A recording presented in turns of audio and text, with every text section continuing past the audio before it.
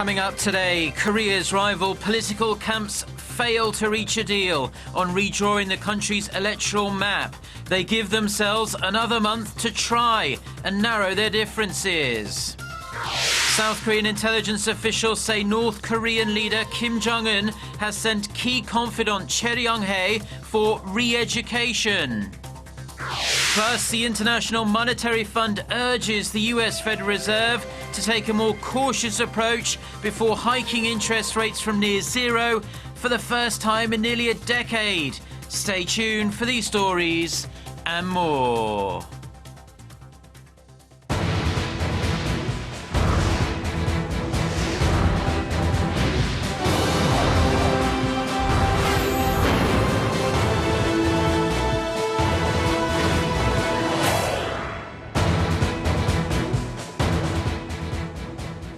Hello to our viewers around the world. It's 6 a.m. on Friday, November 13th here in Seoul. Thank you for joining us. I'm Mark Broome. Our top story this morning, Korea's rival parties are going to miss Friday's self-imposed deadline to reach an agreement on redrawing the country's electoral districts ahead of general elections set for April next year. But they have agreed to one thing, going back into committee for another month of talks. Kim Jong-un reports. The ruling Saenuri Party is against increasing the number of seats in the National Assembly from the current 300. Instead, it wants to increase the number of constituencies and reduce the number of proportional representatives who are chosen based on the total number of votes each party gets. The party believes this will make room for more rural constituencies.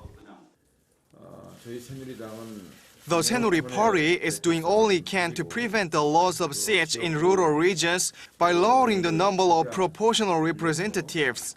But the opposition bloc is only thinking about trying to keep the current number of proportional representatives the same.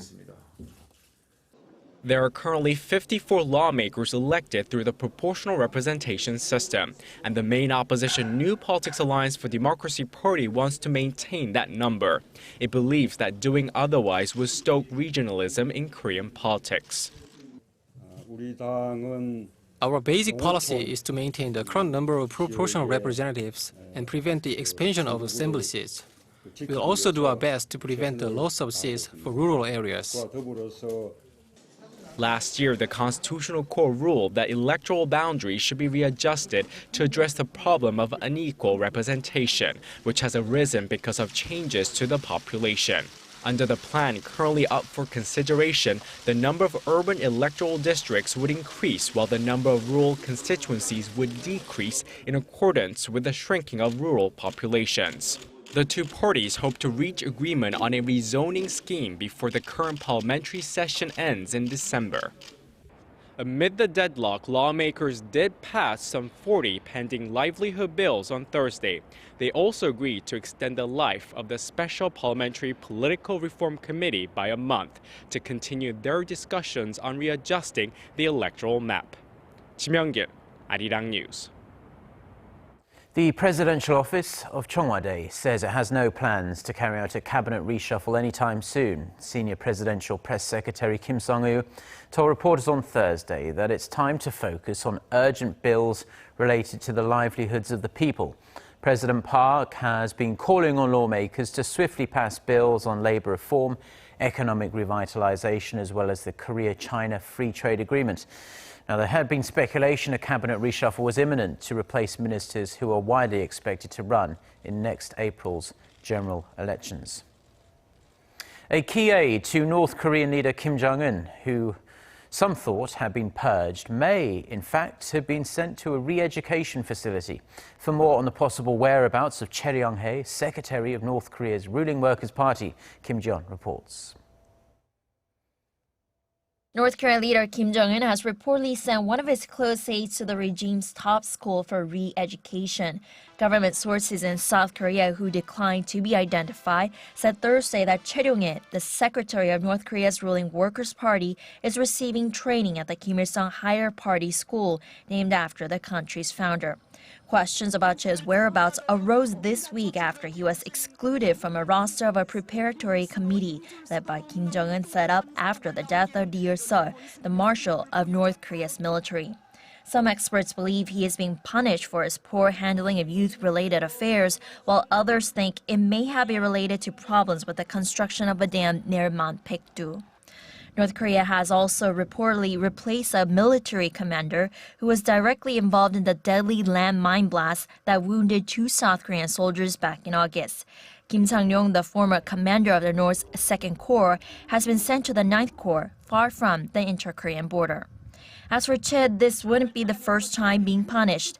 He was sent to a re-education facility in 2004, and he was demoted in 1998 due to problems arising from a rural project of a sewage system. Kim Jong, Arirang News. Now, North Korea is boosting its weapons capabilities, which means a new approach to diplomacy is required. Now, this is according to North Korea expert Joel Witt, who's in Seoul for a seminar on the regime's nuclear future. Song Ji-sun reports. It's been over 30 years since North Korea began developing its weapons delivery systems, but they have now reached a point where they're more focused on boosting their weapons capabilities. There are a lot of different things they'll be doing in terms of improving the quality of their weapons, and it's not increasing the size of the stockpile goes without saying, but they'll probably work on more miniaturization of warheads. They'll work on reducing the amount of nuclear material in each of the warheads. The co-founder of North Korea monitoring website 38North said at a seminar in Seoul on Thursday, Pyongyang's nuclear arsenal could be as large as 100 by 2020 if the regime is able to carry out a nuclear test each year. Also at the seminar, weapons engineer John Schilling made note of the regime's increased emphasis on submarines since Kim Jong-un came to power in 2011, pointing to the regime's first ocean-going submarine in 20 years. 25 years ago, under the regime of Kim Il-sung, North Korea had a very substantial program for building large ocean-going submarines. Under Kim Jong-un, much more renewed emphasis on the larger submarines and on missile capability. This, of course, with the aim of conducting more missile tests. Meanwhile, Witt also speculated on how the North's possession of nukes could shape the Korean peninsula in the future. Having nuclear weapons will change the reunification picture because a nuclear North Korea is going to think, well, gee, reunification is only going to happen on our terms, and we have the nuclear weapons to back it up. With the international community's attempts at engaging the regime in dialogue, the six-party denuclearization talks, for example, in a virtual coma for years, Witt proposed a new approach to diplomacy that involves not just sanctions, but something that could pique the North's interest enough to keep it from building more nuclear weapons. Song Ji-sun, Arirang News. Various assessments are emerging ahead of the US Federal Reserve's decision on whether to raise rates for the first time in more than 9 years. The International Monetary Fund says the Fed should take a more cautious approach before hiking interest rates. In a report released on Thursday, the IMF said the Federal Open Market Committee should wait until they see firm signs of inflation rising towards its target of 2%, as well as continued strength in the labour market. On the same day, regional Fed presidents James Bullard and Jeffrey Lacker said at an annual monetary conference in Washington that the central bank no longer needed to keep rates near zero as inflation was pretty much near its goal. Fed Chair Janet Yellen, who also gave a speech at the same conference, did not specify her stance on the rate path. Korea's central bank held its key rate steady at a record low 1.5% on Thursday, taking a much expected wait-and-see approach. The decision comes ahead of the US Federal Reserve meeting next month, where policymakers could raise rates from near zero, as we just heard, for the first time in almost 10 years. Hwang Ji-ae reports. The Bank of Korea decided to stand pat on its record low key interest rate of 1.5% for a fifth straight month in November.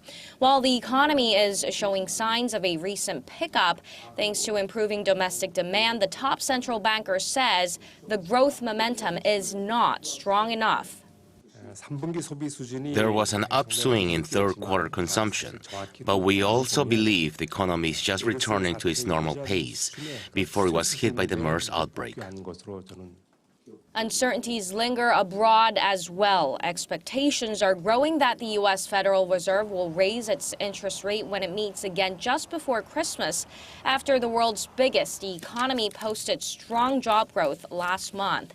Analysts say that given the uncertainty about the Fed's rate hike, a further rate cut at home could cause instability in the local financial market, especially at a time when household debt is rising at a rapid pace.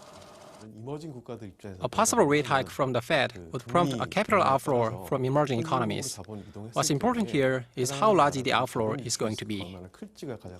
But the central bank differentiates Korea from other emerging economies, saying it's confident about the country's fundamentals, like its massive current account surplus and foreign reserves.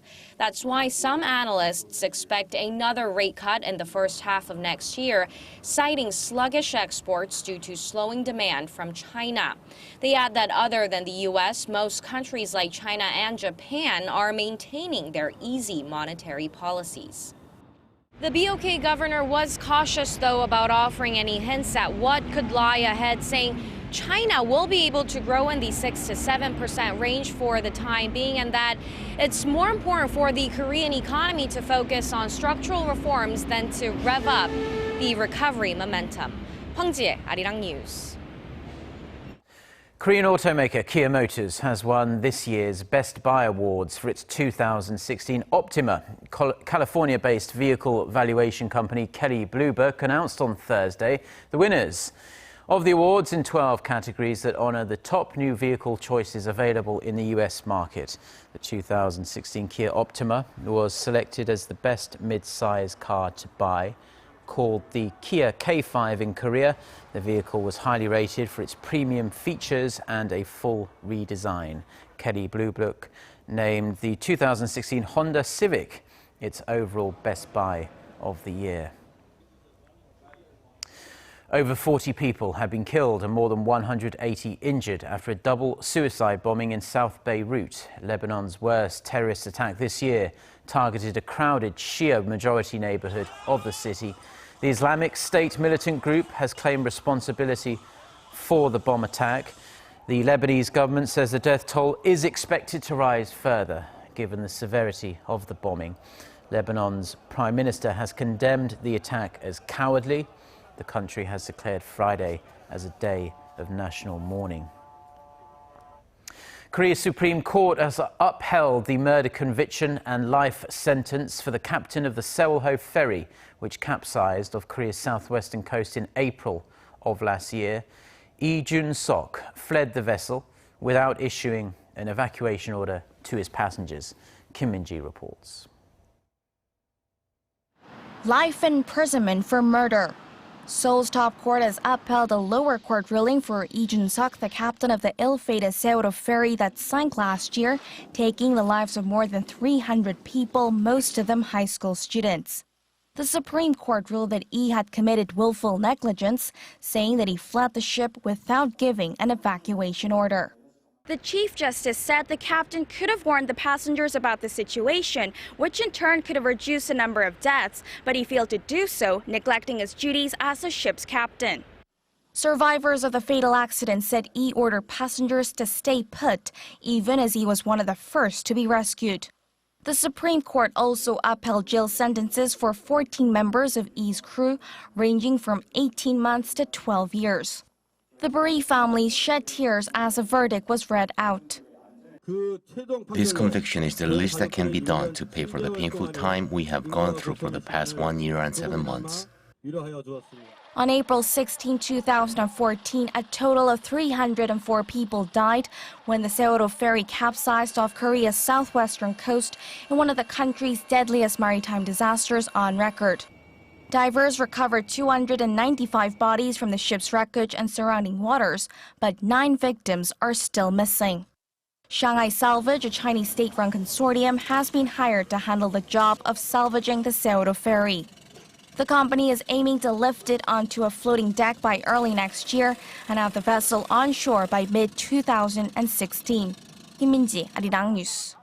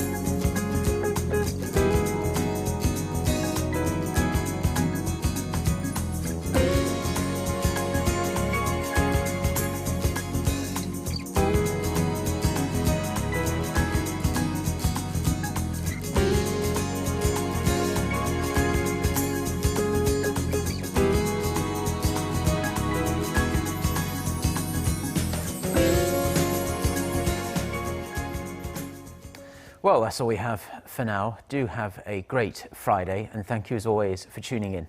Goodbye.